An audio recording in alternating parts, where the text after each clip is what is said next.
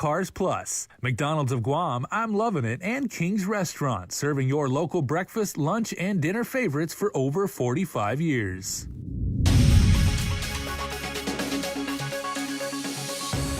Ahead on Primetime, a detainee is caught after escaping the Department of Corrections this morning. Plus, an executive order creates a division of children's wellness within the Department of Public Health. And some island schools have executed their COVID-19 screen testing plans. These stories and more on Primetime. Hafa and good evening, everyone. I'm Hannah Devonzo, and thanks for tuning in to Guam's News Leader. The Department of Corrections is investigating how a detainee managed to escape from their quarantine and isolation facility. Tyler Montanani has tonight's top story. After nearly 7 hours of searching, DOC along with GPD finally apprehended prison escapee Anthony Luis Camacho. It was just before 7 a.m. this morning that they found he had escaped the quarantine and isolation facility.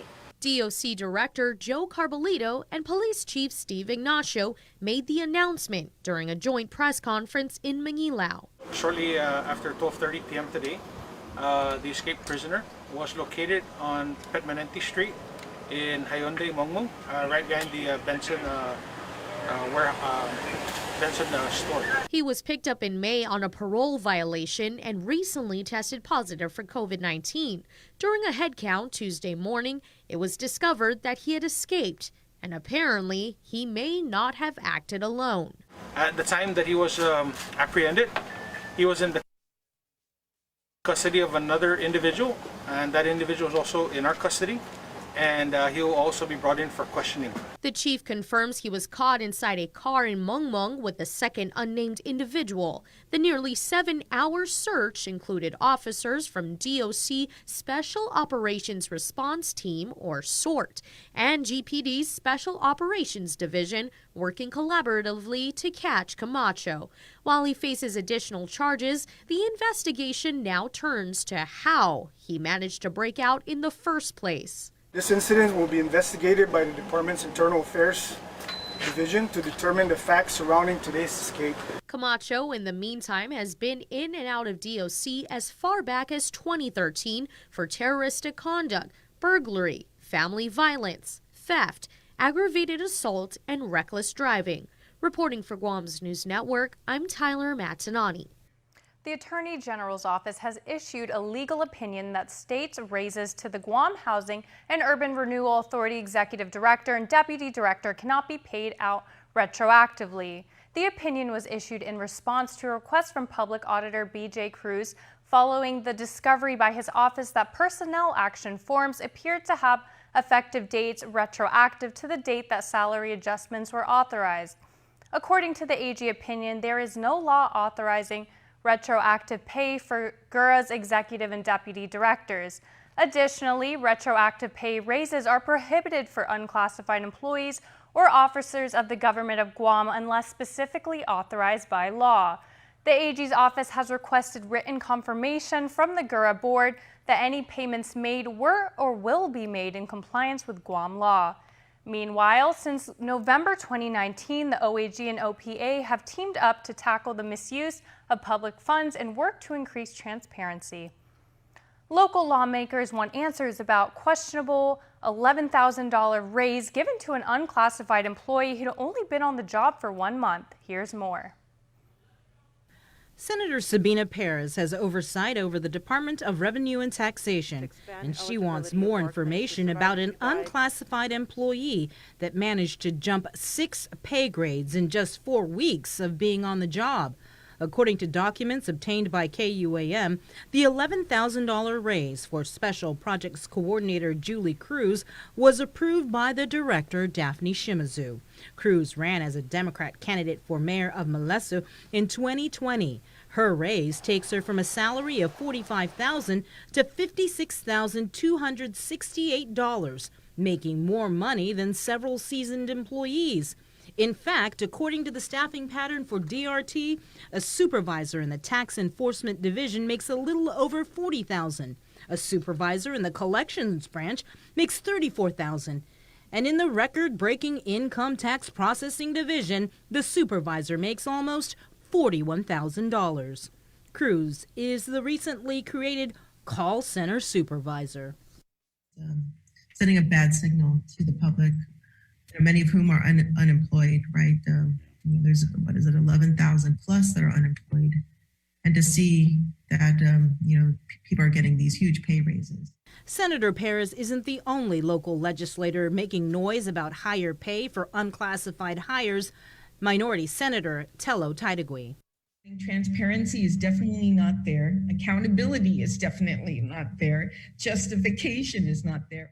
KUAM News did reach out to Revenue Tax Deputy Director Marie Lazama asking about Cruz's pay adjustment, but in a written statement, she said she was, quote, unable to comment on matters related to specific personnel. But I haven't received a response yet regarding why the $11,000 increase. So I'll definitely be following up with that with the director.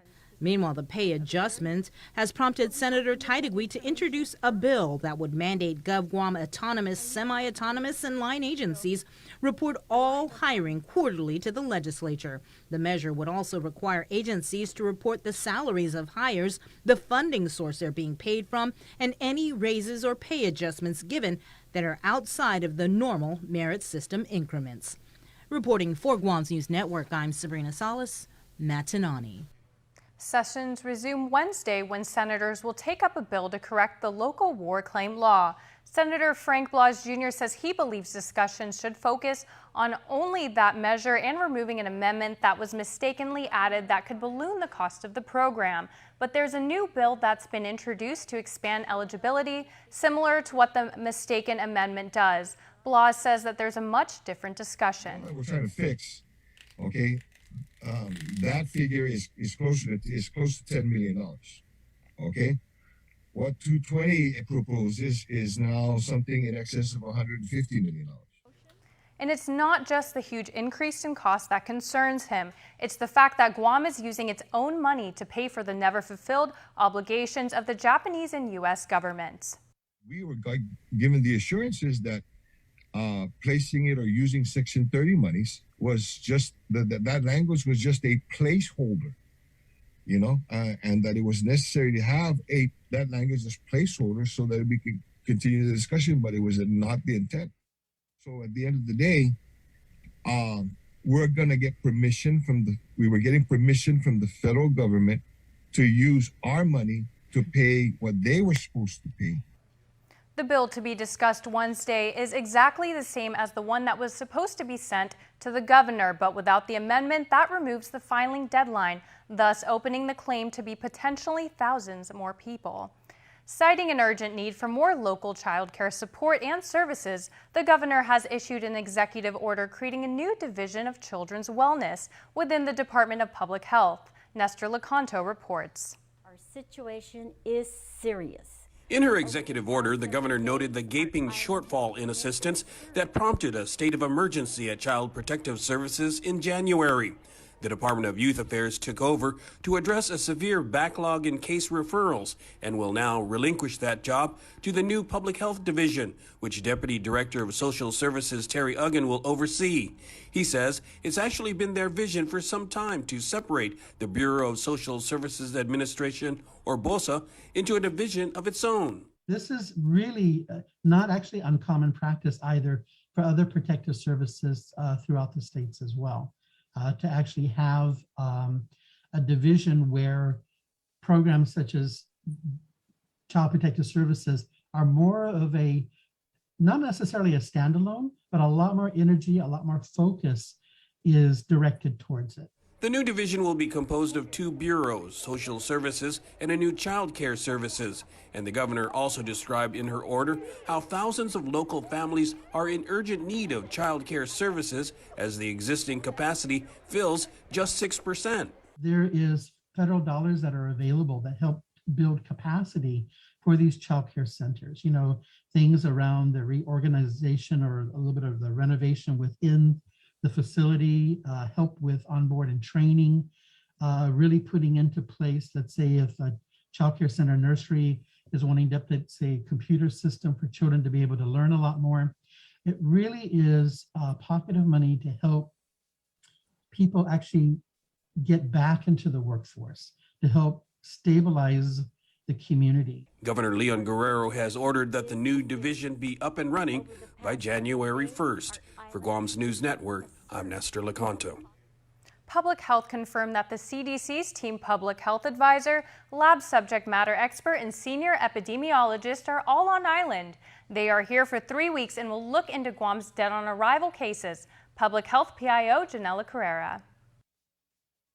We are receiving assistance and they're here to do the investigation as we requested. In addition to the investigation on dead on arrival cases, they are also going to be assisting us with other surveillance and case investigation matters. So either way, we're very pleased. We're very satisfied with the help that the CDC is sending our way. Then we'll have more formal meetings, like with the director, the deputy directors, our chief public health officer, our territorial epidemiologist, some members of our laboratory. They will all sit down, of course, and discuss, what it is exactly that we're looking for. So that meeting will take place once all of the CDC team members are here. Carrera added that they are expecting CDC's biostatistician to arrive sometime this week. Some schools on the island have begun implementing their COVID-19 screening testing plan. However, a few schools have yet to receive the necessary resources to do so. KUAM's Isaiah Uggan reports. Guam schools were mandated by the governor to submit a COVID-19 screening testing plan for students and unvaccinated employees as an added layer of protection against the virus. The last day to turn in their plan of action to the Department of Public Health and Social Services was October 1st. DPHSS Public Information Officer Janela Carrera said in a KUAM News interview that some schools have begun swabbing students for COVID. I think there are already some schools that have met the minimum requirements for the screening testing plan and have already moved forward or are moving forward with the screening testing plan. I don't know exactly which schools they are. I think these are probably the smaller schools, like small private schools or small Catholic schools that are able to move forward with the screening testing plan because they are small schools, so they're able to meet that 10% threshold of screening testing. But a few schools like St. Paul's Christian School and St. John's both say that they have yet to receive training or testing kits. However, Carrera says that they must reach out to public health in order to provide the necessary materials. If they're partners and they underwent the training, so if they're trained to be able to administer, then we would provide it. So they have to express an interest with us to receive the training for the finite tested, and they would have to sign the letter of interest, and then we can schedule the training. It's actually not that difficult. The schools who began testing students and unvaccinated employees met the minimum requirements, which are testing 10% of the student population and must conduct it bi-weekly. Carrera adds that they are still in the process of approving testing plans. She also confirmed that the department has received all schools' COVID screening testing plans, which are still undergoing review. According to Carrera, schools have 90 days from October 1st to comply with the executive order. As we reported, the Guam Department of Education's first phase of the plan was approved, which dealt with unvaccinated employees. As for testing GDOE students, the department intends to present their plan of action before implementation. Reporting for Guam's News Network, Guahusi Isaiah Uggan. And once again, we invite you to voice your view across our social media pages with our daily question. Today, we ask what message you have to your loved ones on this All Souls Day. Stick around for more here on Primetime. You're watching KUAM. Taco Bell is so good and so cheap. I know, right? I wonder why. What if they know we're broke? What if they're trying to be the good guys? Ah. Thanks, Taco Bell! We value relationships because when we commit, I love you guys until you're 80, until you're 90, until you're 100, forever. We are in it for the long run, so you can enjoy the moments that matter. Because when we commit to relationships, we never stop caring. Calvo's Select Care, health care that is always there for you. Half a day. As we look ahead to a brighter tomorrow, Matson's commitment to Guam and Micronesia remains stronger than ever. While the world around us is ever changing, what remains unchanged is our commitment to you, our customers, and the island communities we serve. Shipping is what we do best, and serving our community is at the heart of everything we do. But we don't do it alone. This is why we support organizations that make caring for the people and the environment a top priority. We know that many count on Matson's lifeline services in the Pacific, and that's why we continue to work hard to ensure that our shipments remain on time all the time. Matson recently added another Aloha-class vessel to our schedule. We now have 2 of Matson's largest and fastest ships serving Guam from the U.S. West Coast and Hawaii. With our new state-of-the-art vessels, we stand ready to support the region's economic recovery. Thank you for the privilege of serving you for the last 25 years, and you can count on Matson to be here for the next 25 years and beyond. Hafaday, this is Congressman Nicholas. If you are a small business, you may be interested in a federal program called the State Small Business Credit Initiative. This program can provide federal funds to match equity investments into your company or help you get lower interest rates at local banks. To find out more on how this program can help your small business, please contact your Guam Congressional Office at 475-6453 or at michael.sanicolas@mail.house.gov. This ad was paid for with official funds from the Office of Congressman Michael F.Q. San Nicolas. 100% truck, 100% Jeep. Experience next-level off-roading on your new Jeep Gladiator, the most capable off-road midsize pickup truck crafted for adventure, equipped with best-in-class towing capacity, legendary 4x4 Jeep capability, and backed by Guam's only lifetime powertrain warranty. Drive home in a 2021 Jeep Gladiator today, starting as low as $315 per paycheck during Jeep Adventure Days. Visit CarsPlusGuam.com to get pre-approved online today. Terms and conditions apply. Cars Plus, driven by you. It's a special delivery to your inbox every week with your KUAM News Roundup, program advisories, and promotions. Sign up for the weekly KUAM Digital Digest today on KUAM.com. Welcome back to KUAM's Primetime. A multi-million-dollar medical malpractice lawsuit is moving through the District Court of Guam. According to the complaint, a family is suing the federal government after a woman went in for an emergency C-section in August of 2018, but the doctor left a medical instrument inside her abdomen. It wasn't until after multiple trips to the ER and 3 months later that it was finally discovered they left the medical instrument inside of her. But by then, her legs and abdomen were swollen and the C-section incision was blistering. Eventually, in December of 2018, she was medevaced to a naval hospital in Florida for further treatment. In July of last year, the military family filed a complaint with the Navy Torts Claim Unit. It was ultimately denied in September of this year. The family is suing for about $20 million and other damages established at trial. In regional news, the CNMI public school system prepares itself for potential reopening as recent community cases are linked to Saipan campuses. Tomas Manglutnia has the details. We're hoping that we get more information from the COVID task force so that way we can make a decision on whether or not to open on time as the directive stated, or if need be, maybe possibly extend the school closure. Acting Commissioner of Education Eric McGoffner says when they heard of student and employee cases last week, switching gears to online learning and food distribution systems were quickly activated, along with their school-based testing plan for their over 9,000 students. This school year, CHCC and PSS worked together to set up a antigen screening schedule. So what this is every quarter, students that register or parents that register their students to receive the antigen testing will get tested in schools. They didn't find any positive cases in the first round of screening, but the most recent cases were found through their testing routine in the second quarter. So what does this mean for the future of in-person learning? We have not finalized the plans yet. We're still in communications with the task force and the governor's office. But we just want to ensure that PSS, we will take all the recommendations that CHCC and the task force has to offer, because they are the health professionals in the CNMI. At Monday's media briefing, Governor Torres says potential plans may involve just shutting down a single school or classroom instead of the entire system if more cases are found, all informed by contact tracing investigations. Every parent would be concerned, and of course we are getting all the phone calls and all the questions. We just ask our parents to